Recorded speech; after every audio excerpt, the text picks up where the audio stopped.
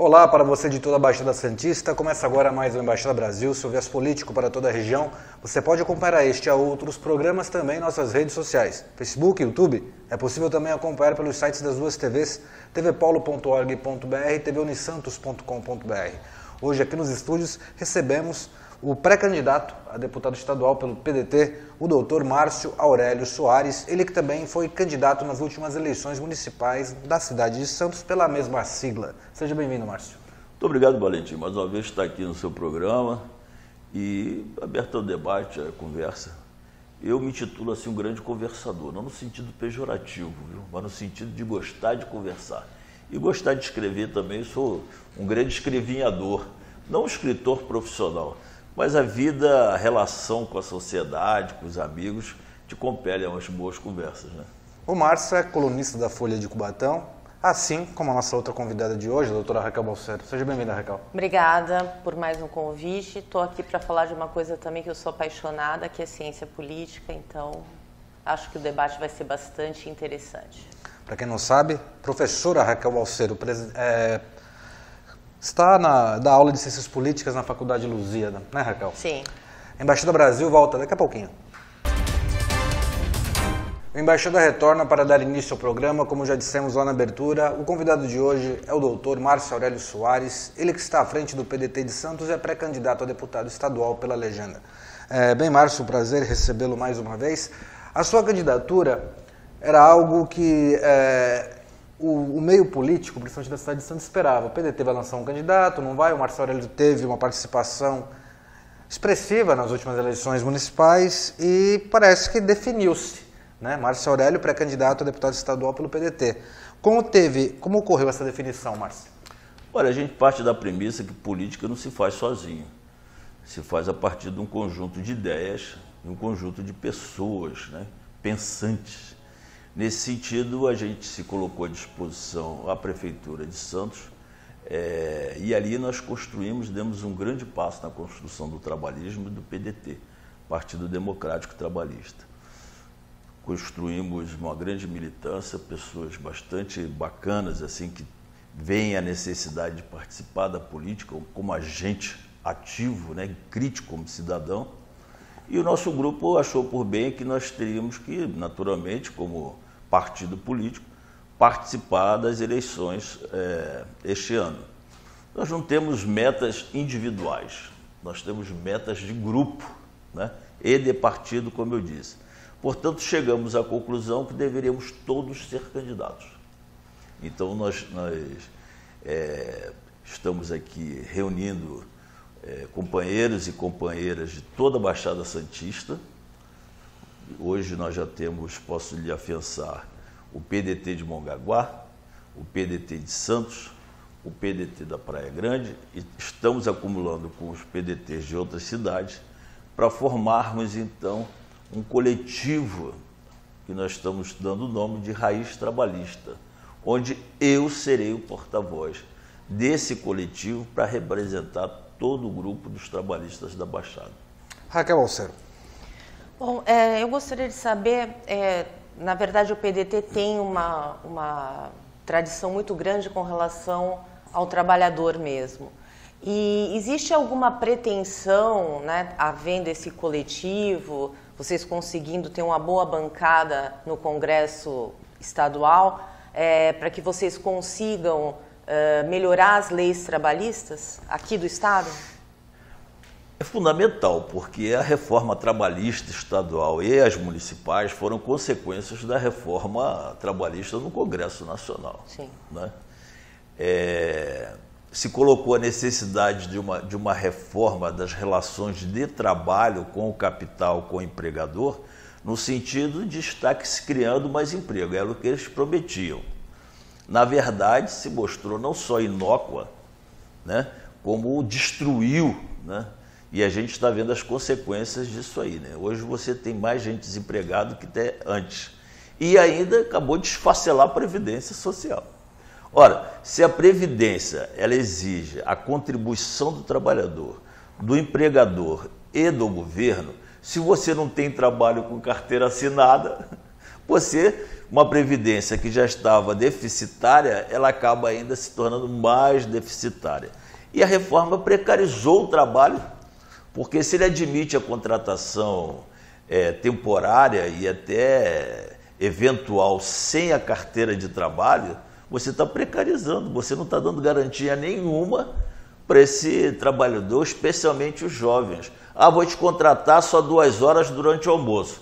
Você está impedido de manter uma relação de trabalho formal em outro lugar, que você fica inseguro. Ah, na hora de mandar embora, vale o que é tratado com o patrão, não o que foi tratado no dissídio do sindicato coletivamente. Opa, mas aí na hora de homologar a minha demissão, o patrão fala assim, olha, eu vou te pagar a indenização com cheque. O sindicato, não recebo cheque. Não, eu quero cheque. Então vale o que o empregado está falando. Um mês depois o cheque continua sem fundo. Então a homologação foi estabelecida e a indenização não foi paga. Essa é a lei que esse governo estadual, da União Federal e os municipais imputaram aos trabalhadores. E nós temos que deixar isso claro. E os nossos deputados representantes aqui da Baixada, e vamos dizer aqui, dar o nome aos bois, deputado federal Júnior Bozella, deputada federal Rosana Vale, deputado estadual Paulo Correia, deputado estadual professor Kenny, todos aprovaram a lei para destruir o trabalho, o emprego e as previdências. Raquel, você teve uma experiência há pouco tempo, parece que você advogou para muitos trabalhadores no caso da Corsã, aqui na nossa cidade de Cubatão. Como você avalia esses dados do Márcio Aurélio, baseado naquilo que você teve de experiência na prática? Então, na verdade, os nossos tribunais, eles têm mudado a legislação atual, e aí eles já disseram, por exemplo, que o sindicato em demissão em massa tem que ter uma prévia autorização se não tiver em acordo em convenção coletiva, que a convenção e o acordo coletivo prevalece efetivamente se não tiver um acordo escrito e homologado pelo sindicato entre empregado e empregador. Então os tribunais estão fazendo esse viés que na verdade acabou prejudicando muito realmente o trabalhador de uma maneira bem drástica, porque a prova ficava aí muito prejudicada. Então a gente já está sentindo que o tribunal, em especial o Tribunal Superior do Trabalho, tem feito a vez do legislador nesses casos. Bem, e a produção acaba de me informar que falta 1 minuto para o final do primeiro bloco, mas você que está acompanhando o Embaixada Brasil, não sai daí, logo tem mais entrevista com o doutor Márcio Aurélio Soares e os comentários da doutora Raquel Balseiro. A Embaixada Brasil é só aqui, é na TV Polo de Cubatão e também na TV Unisantos. O Brasil está pronto para retomar o turismo. E você, pronto para reviver o Brasil? Pronto! Para começar, foram mantidos negócios e empregos no setor. E apoio na divulgação da remarcação de passagens e eventos. Prontinho, remarcado. Além de investimento em infraestrutura. Viaje pelo seu país. O Brasil está pronto para o turismo. E você? Pronto! Para o Brasil. Ministério do Turismo. Governo Federal. Pátria Amada Brasil. Empório Lisboa, a sua loja de estilo e elegância em Cubatão. Empório Lisboa. Aqui você encontra moda na linha social, esporte fino e também moda evangélica. Empório Lisboa, agora em novo endereço. Rua São Paulo, 161, no centro de Cubatão. Empório Lisboa, venha nos visitar. O Embaixada retorna para dar início ao segundo bloco do programa. Como dissemos lá na abertura, o entrevistado de hoje é o doutor Márcio Aurélio Soares, ele que preside o PDT na cidade de Santos. Márcio, eu acredito que a sua experiência na vida pública, o PDT tem a questão do trabalhismo como principal bandeira. E você aqui na região, uma região que tem muitos trabalhadores devido ao Porto de Santos, devido ao polo industrial de Cubatão. Como fomentar essa economia para esse trabalhismo característico da região da Baixada Santista? Veja bem, qual o conceito básico de trabalhismo quando nós citamos o trabalhismo brasileiro? É uma ideologia, uma política, uma ideologia essencialmente brasileira E começou lá na década de 20 do século passado, 1920 e pouco, com Júlio de Castilhos, que era presidente do Estado do Rio Grande do Sul, que chamava-se assim. E depois com Getúlio Vargas, com a Revolução de 30, depois com o queremismo retornando em 50, e aí progredindo na década seguinte com Jango, Brizola, Darcy Ribeiro, Abdias Nascimento. Então tem todo um conjunto de ideias que foi sintetizado por Alberto Pasqualini, que é o pensador, né, o formulador dessas ideias, que significa o quê? Desenvolvimento econômico tendo como centro o trabalhador. Não é? Não é aquela política economicista no sentido de, não, o que importa é a quantidade de PIB crescendo, tal, que foi imposto aí da boa parte da ditadura militar e até depois da redemocratização com Fernando Henrique, depois Lula e Dilma. Quer dizer, houve um crescimento, mas houve a manutenção e até a acentuação da desigualdade. Então o Brasil é um país rico em suas dimensões, em sua cultura, em sua origem étnica do seu povo, né? Europeia, africana, asiático, indígena, com as suas riquezas naturais. Você veja hoje aí, tem uma guerra horrível, né, cara? Horrível, na Ásia, na Europa, ali na Ucrânia, em torno de riquezas ali da agricultura, do trigo, cereais, fertilizantes, petróleos. Nós temos tudo aqui, meu amigo. Tudo que você possa imaginar. Nós não temos problema com comida, nós não temos problema com energia, nem petróleo mais nós não temos, né? Apesar da gasolina estar esse absurdo. Então veja só, como é que nós podemos ter esse nível de desemprego e esse nível de desigualdade se a gente não consegue fazer máscara? E eu te pergunto, tem que ser gênio para fazer máscara? Nós não podemos, a partir da iniciativa do Estado e fomentado pelo Estado economicamente, né, incentivar fábricas. Aqui o Estado de São Paulo é um Estado essencialmente industrial e que nós estamos vivendo um processo de desindustrialização cada vez pior. Você sabe que na década de 80, o nosso nível de produção de riqueza, o PIB, Produto Interno Bruto, com o nosso nível de industrialização, batia com a China. E a China tem 6 vezes mais o número de habitantes que nós. Hoje a China dá de 10-0 na gente.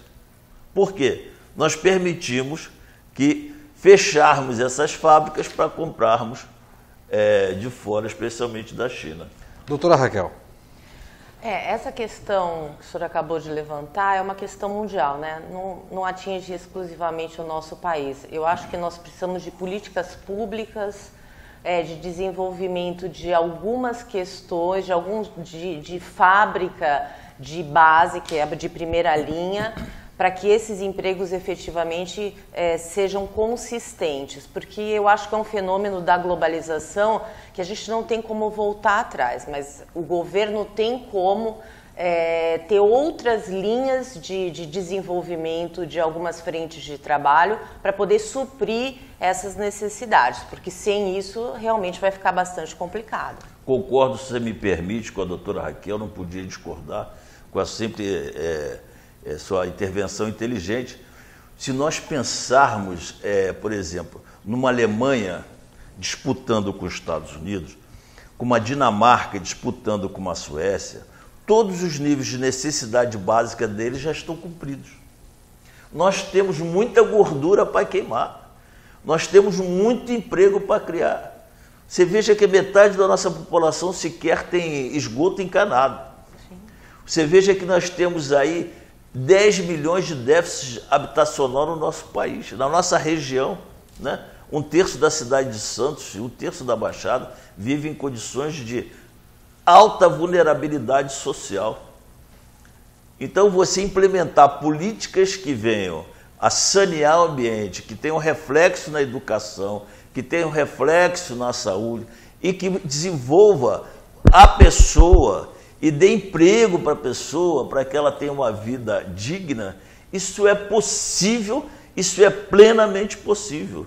Não tenho a menor dúvida. Agora, se você imaginar o seguinte, nós tínhamos, até alguns anos atrás, a FURP, Fundação do Remédio Popular.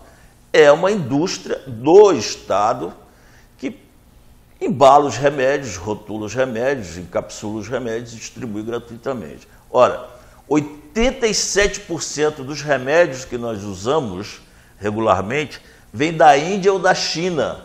Nós não produzimos quase nada. O que a indústria faz aqui é botar dentro da cápsula, botar um rótulo bonito, fazer uma baita de uma propaganda e as farmácias encherem a sacola de dinheiro. Por que nós não podemos ocupar isso e fazermos isso, darmos emprego? Em Santos, quando eu me candidatei a prefeito, eu propus a criação de uma farmácia popular. Se você vai na farmácia de manipulação, pega o mesmo remédio, é infinitamente mais barato.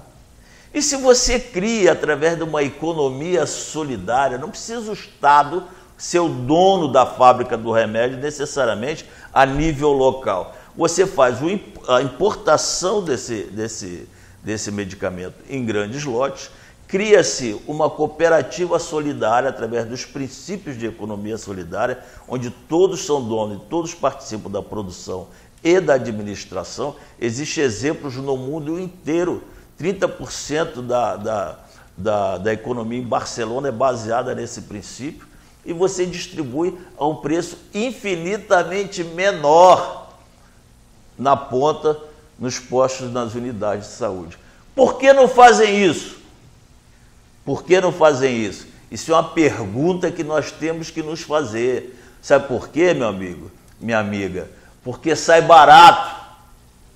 E aí, muita gente não tem interesse naquilo que é bom e barato.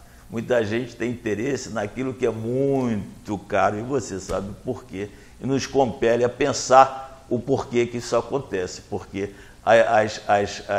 o retorno, o benefício é extremamente evidente. Bem, com as palavras do Márcio Aurélio, a gente encerra o segundo bloco do programa, mas não sai daí. Daqui a pouquinho tem o terceiro, infelizmente o último bloco do Embaixada Brasil, que é bom durar pouco, mas enquanto durar a gente debate política aqui na bancada. TV Polo de Cubatão e também TV Unisantos. Empório Lisboa, a sua loja de estilo e elegância em Cubatão. Empório Lisboa. Aqui você encontra moda na linha social, esporte fino e também moda evangélica. Empório Lisboa, agora em novo endereço. Rua São Paulo, 161, no centro de Cubatão. Empório Lisboa, venha nos visitar. O Brasil está pronto para retomar o turismo. E você, pronto para reviver o Brasil? Pronto! Para começar, foram mantidos negócios e empregos no setor. E apoio na divulgação da remarcação de passagens e eventos. Prontinho, remarcado. Além de investimento em infraestrutura. Viaje pelo seu país. O Brasil está pronto para o turismo. E você? Pronto! Para o Brasil. Ministério do Turismo. Governo Federal. Pátria Amada Brasil.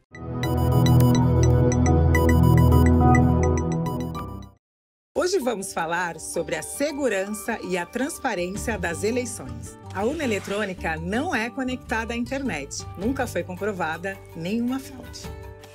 O voto é auditável. Faça a sua apuração pelo boletim de urna. Várias instituições participam de testes públicos e comprovam a segurança do voto. Urna eletrônica é segura, é fácil de checar, é do Brasil.